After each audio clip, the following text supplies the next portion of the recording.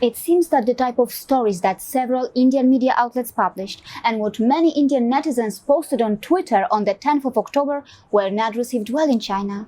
Anyway, offline China hasn't been very friendly to India either, and its state-affiliated media outlet has already explained what China can do to hurt India. The Global Times quoted Zhao Gangcheng of the Shanghai Institute for International Studies, saying India is playing with fire by challenging the One China policy. It is quite clear that China doesn't like any move that aims to use the so-called Taiwan Card. This was evident earlier when a New Delhi-based geostrategist, Brahma Chelani, had only slightly mentioned Taiwan and One China policy in one of his articles, but that was already enough to trigger the Chinese professor Zi Chao of Tsinghua University. According to the Chinese professor, what Chinese people think of Brahma's suggestion is what Indian people hear when a Chinese scholar openly promotes an intervention on insurgencies in northeast India or urges the Chinese leader to receive exiled Khalistan separatists. But it appears that China's insecurities regarding the Indian connection with Taiwan are not new.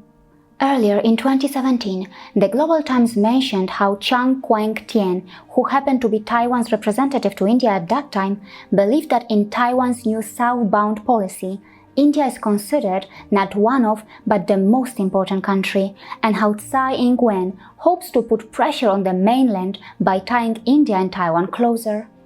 The Chinese newspaper also doesn't shy away from making claims like how China is several times stronger than India and India is no match for China, and how China must smash any Indian illusion that it can deal with China by colluding with other powers such as the US. Apart from India, several democracies in Europe and other parts of the world have also been in an uncomfortable situation with China, and the dragon is increasingly being perceived more negatively by many advanced economies. So does this indicate that Chinese diplomacy and its geopolitical strategy lack long-term vision? Andreea Brinza, who is the vice president of the Romanian Institute for the Study of the Asia-Pacific, writes that the myth about China thinking and planning its foreign policy in generations must be debunked. She also feels that China is becoming more aggressive. According to her, China promotes a new philosophy: if you slap me, I will punch you. She supports her claim by citing a few examples. She writes how in 2010, China decided to punch Norway by imposing economic sanctions because, from its perspective, Norway slapped China by giving the Nobel Peace Prize to Liu Xiaobo, a Chinese dissident. In her article, Andreea Brinza also mentions Sweden. She writes how after a non-governmental organization awarded a Freedom of Speech Prize to Gui Minhai, a Hong Kong bookseller with Swedish citizenship imprisoned in China, Sweden received threats from China that it will suffer the consequences. She also highlights China's miscalculated geopolitical moves in relation to Canada and America.